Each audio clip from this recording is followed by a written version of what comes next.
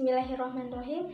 Assalamualaikum warahmatullahi wabarakatuh. Perkenalkan, nama saya Lufiana Latifatul Hidayah, MPM 1901011090 dari kelas PAIB semester 4. Baik, di sini saya akan menjelaskan beberapa materi terkait mata kuliah fikih munakahat. Materi yang pertama yang akan saya jelaskan yaitu tentang walimatul ursi. Jadi, walimatul ursi di sini dapat diartikan sebagai pesta ataupun dalam rangka mensyukuri nikmat Allah Subhanahu wa Ta'ala atas bersatunya seorang pria dengan seorang wanita beserta terlaksananya sebuah akad pernikahan dengan menghidangkan berbagai macam makanan. Dalam sebuah pernikahan boleh menyembelih hewan seperti kambing, unta, ataupun sapi. Ketika menyelenggarakan sebuah resepsi pernikahan harus seislami mungkin ataupun sederhana mungkin. Berikhtiar juga dapat diperbolehkan, ada juga yang dilarang. Yang diperbolehkan harus memenuhi 5 syarat. Di antaranya sebagai berikut: 1. Menutup aurat. 2. Mata sama-sama dijaga. 3. Yang dibicarakan harus hal-hal yang baik. 4. Tempatnya mulia seperti masjid ataupun majelis ilmu. Yang kelima, tidak boleh berdebat dempetan antara seorang pria dan seorang wanita yang bukan muhrimnya. Jadi, ikhtilat yang diharamkan di sini yaitu yang tidak memenuhi syarat-syarat tersebut. Materi yang kedua, saya akan menjelaskan tentang hak dan kewajiban suami terhadap istri dalam keluarga. Jadi, kewajiban seorang istri terhadap suami melebihi kewajibannya terhadap orang tuanya. Jika dalam rumah tangga itu tidak ada rasa kasih sayang antara suami dan istri, maka akan dicabut rahmatnya oleh Allah. Jika rahmat itu sudah dicabut, maka dalam rumah tangga itu akan terjadi ketidaknyamanan. Hak seorang suami yang harus didapatkan dari istrinya adalah: 1. Istri taat kepada suami. Seorang istri tidak diperbolehkan kasar kepada suaminya. Yang kedua, memuliakan suaminya dengan cara yang halal, yang diridhai oleh Allah. Yang ketiga, menghormati suami. Yang keempat, memandang suami dengan pandangan penuh rasa kasih sayang. Sedangkan kewajiban seorang suami terhadap istrinya adalah memberikan nafkah secara lahir dan batin, memberikan senyuman penuh rasa kasih sayang kepada istrinya. Antara suami dan istri, keduanya memiliki hak dan kewajiban masing-masing. Maka dari itu, keduanya harus sama-sama menunaikan kewajibannya dan dipenuhi haknya. Dan kewajiban seorang istri secara khusus adalah melayani suaminya tersebut. Materi yang ketiga, saya akan menjelaskan tentang hak dan kewajiban istri terhadap suami dalam keluarga. Jadi, kewajiban seorang istri terhadap suaminya yaitu patuh kepada perintah suami dan selalu berusaha saat bisa melayani suaminya. Pelanggaran seorang istri terhadap suami adalah pelanggaran sangat besar.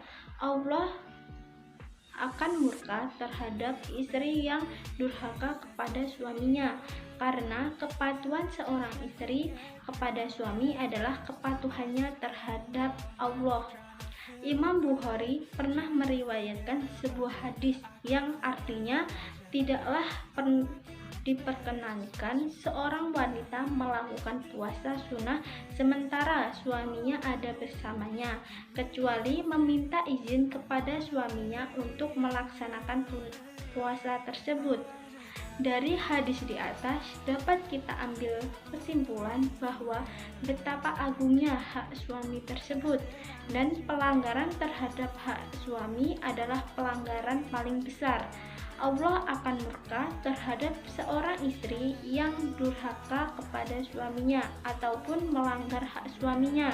Maka para wanita hendaknya patuh terhadap syariat yang diajarkan oleh Rasulullah SAW, karena kepatuhannya terhadap suami adalah kepatuhannya terhadap Allah Subhanahu wa Ta'ala. Materi yang keempat, saya akan menjelaskan tentang nafkah. kiswah, dan tempat tinggal bersama. Jadi, dalam berumah tangga hendaknya mendahulukan kedamaian dan tidak ada tuntut-menuntut dengan kesadarannya masing-masing. Suami memberikan nafkah secukupnya, bahkan bisa lebih kalau memang sang suami mempunyai uang lebih, dan istri tidak perlu menuntut karena sudah diberi. Kalau memang suami pelit atau tidak memberi nafkah, maka hakim atau mahkamah bisa turun tangan menuntut suami untuk memberikan nafkah. Bila tidak memberikan nafkah, maka pilihan ada dua: diambil dengan paksa hartanya untuk diberikan kepada istrinya atau menceraikan istrinya. Nafkah yang wajib diberikan seorang suami kepada istrinya berupa makanan, pakaian, dan tempat tinggal. Apabila suami kekurangan, maka istri tidak boleh menuntut untuk memberikan lebih karena mengkhawatirkan dapat merusak hubungan suami istri.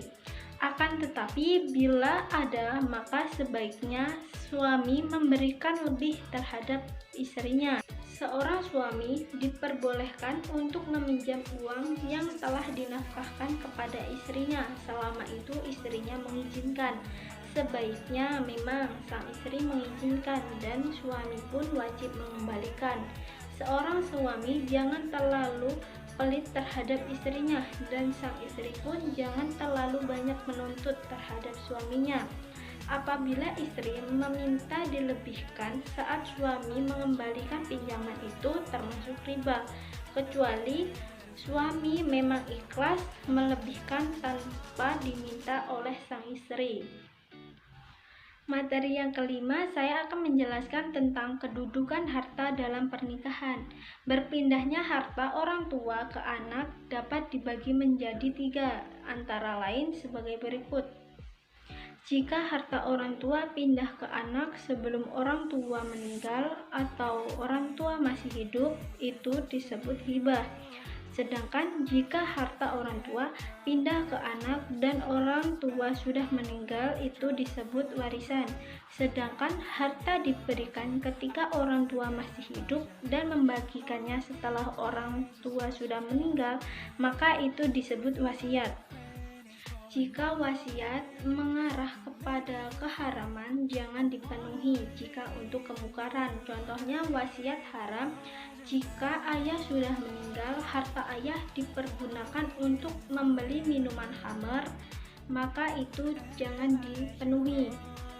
Orang tua harus seadil-adilnya terhadap semua anaknya. Jangan pernah membeda-bedakan karena dapat membuat sakit hati terhadap anaknya. Dan seorang anak pun tidak boleh beranggapan bahwa ayahnya tidak adil, karena kita tidak tahu seberapa besar perjuangan ayah selama ini. Urusan waris sudah dijelaskan sesuai bab warisan yang telah ditentukan oleh syariat dari Allah Subhanahu wa Ta'ala. Materi yang keenam, saya akan menjelaskan tentang hukum menikahi wanita yang pernah berzina. Tidak diperbolehkan menikahi pezina, akan tetapi jika pezina sudah bertobat, maka diperbolehkan untuk menikahi. Akan tetapi seorang suami harus bisa menutup aib istri yang mantan pezina dan tidak diperbolehkan untuk mengungkit masa lalunya sebagai pezina. Jika dikhawatirkan tidak sanggup untuk menutupi aib tersebut, maka alangkah lebih baiknya untuk mencari wanita yang lebih baik lagi. Seseorang yang ingin menikah dengan wanita pezina mempunyai keutamaan sendiri, dan hukum wanita yang telah berzina dan ia bertobat, maka sama sekali ia tidak melakukan dosa tersebut. Materi yang terakhir yang akan saya jelaskan yaitu perjanjian pernikahan. Jadi di dalam pernikahan bila ada perjanjian wajib dipatuhi perjanjian tersebut, dan seorang lelaki atau suami tidak boleh melanggar apa yang sudah dijanjikan karena bisa menjadi kehancuran dan ketidakindahan dalam pernikahannya. Contohnya seperti seorang wanita akan menikah dan sebelum menikah sudah melakukan perjanjian terhadap suaminya bahwa akan merawat ibunya dan tinggal bersamanya, maka suami wajib mematuhi perjanjian tersebut. Tetapi sang suami malah memboyong istrinya tersebut dan tidak membawa ibunya sang istri. Ini termasuk bentuk pengingkaran janji pernikahan.